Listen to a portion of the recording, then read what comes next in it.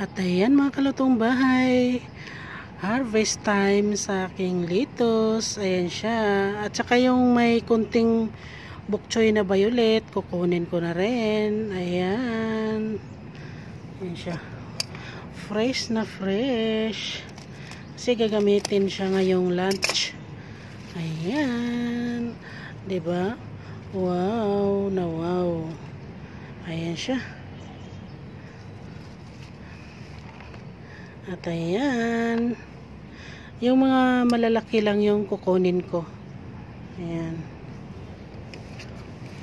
Kasi meron namang dagdaganan doon eh. Para yung mga maliliit, tutubo pa siya. Ayan.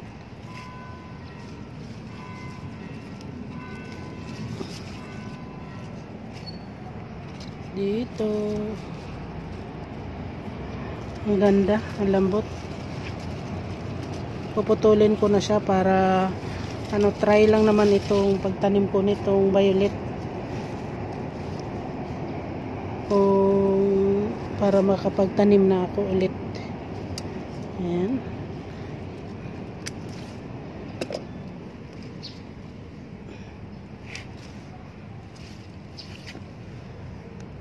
At ayan, marami-rami na rin. Ayan siya.